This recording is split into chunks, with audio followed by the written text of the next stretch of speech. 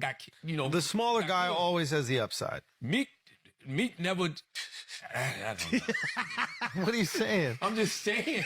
Meek could have just kept doing music. Hello, everybody. Hope y'all good. Listen to this. It's starting to look like Meek Mill is fed up with being labeled as the face of taking an L in rap battles. Now, hold up. Don't get it twisted. It's not always a bad thing, right? People actually point to Meek as someone who stepped into a battle, took the loss, and handled it without crashing out. He didn't go extreme or try to flip it into something messy after losing to Drake. There was no lawsuit, no dragging it into court. He took the hit and kept it moving. So every time folks start feeling sorry for Drake and showing sympathy, others jump in like, wait, why that energy now? Nobody was feeling bad for Meek when he took that loss. Now, this whole situation really heated up after Jay-Z made comments about maybe battle rap shouldn't even be part of hip-hop anymore.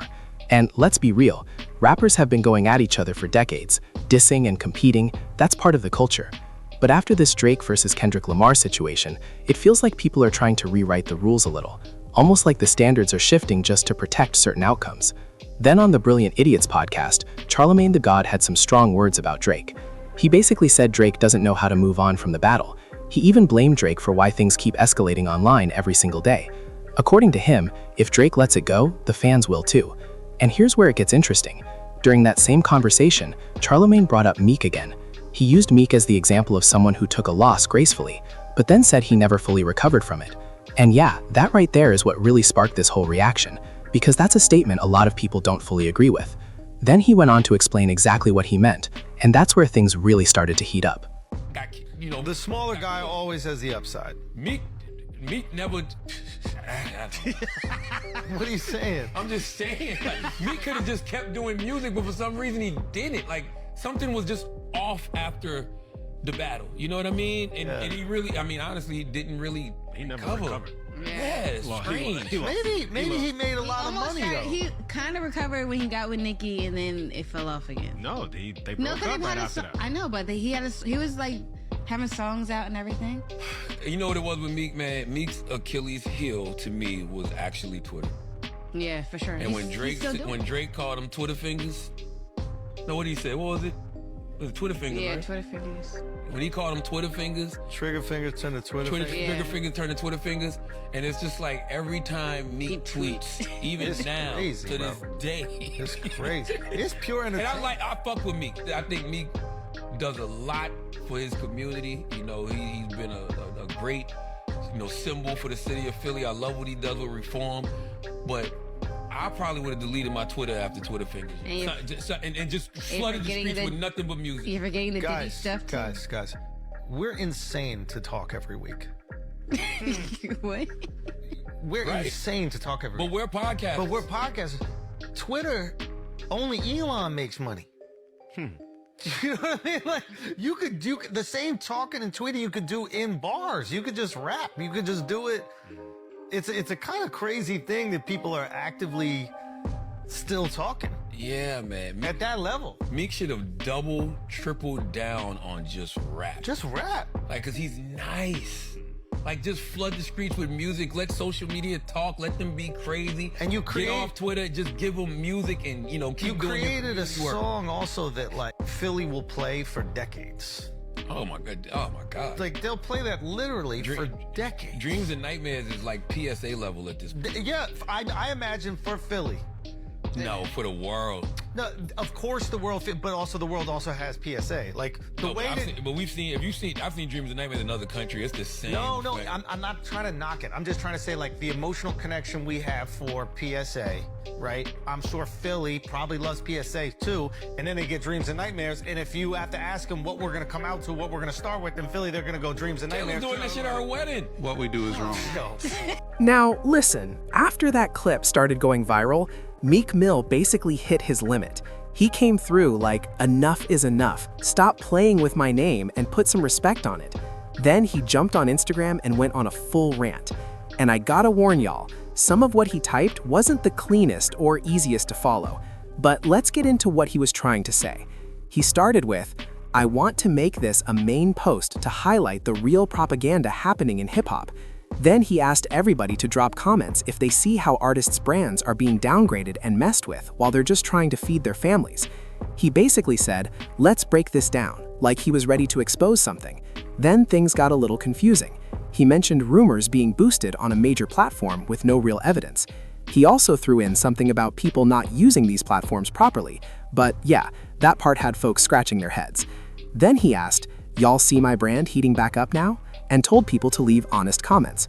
I'm not gonna lie, that section was tough to decode. At that point, you almost needed subtitles for the post. Then he switched gears and started listing his wins since the Drake beef.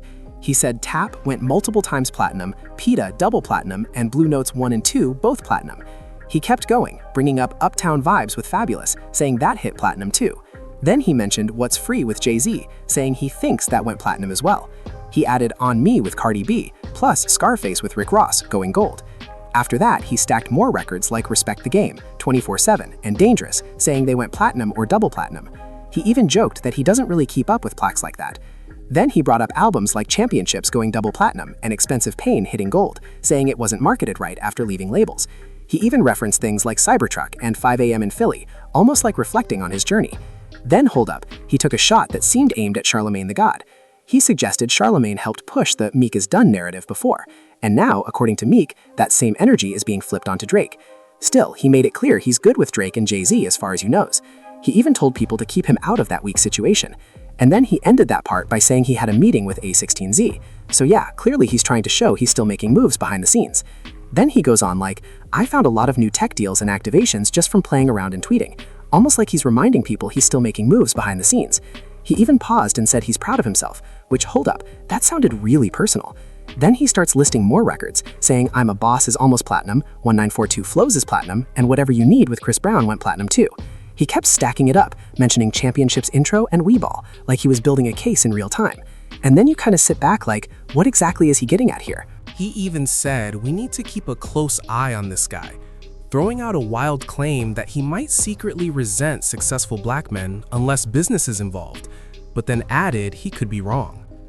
After that, he switched the tone again and said he's been helping put on about 10 artists from the East with no money involved, just off strength and support. He doubled down, saying I'm really the one, but insisted there's real propaganda being pushed against his brand and he wants it investigated. He also referenced that Diddy situation, saying it wasn't normal, before reminding everyone he's a real trench baby who earned everything in front of the world.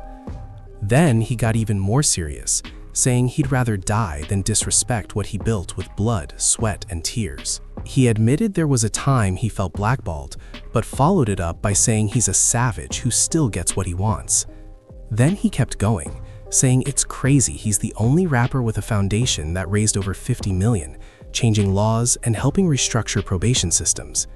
He also said there's been a campaign against him, including narratives about him tweeting too much, but he brushed that off as algorithm talk, like it's all part of how the system works. He made it clear, never let them silence you, because it doesn't affect him. He even said we need to keep a close eye on this guy, throwing out a wild claim that he might secretly resent successful black men unless business is involved, but then added he could be wrong. After that, he switched the tone again and said he's been helping put on about 10 artists from the East with no money involved, just off strength and support. He doubled down, saying I'm really the one, but insisted there's real propaganda being pushed against his brand and he wants it investigated.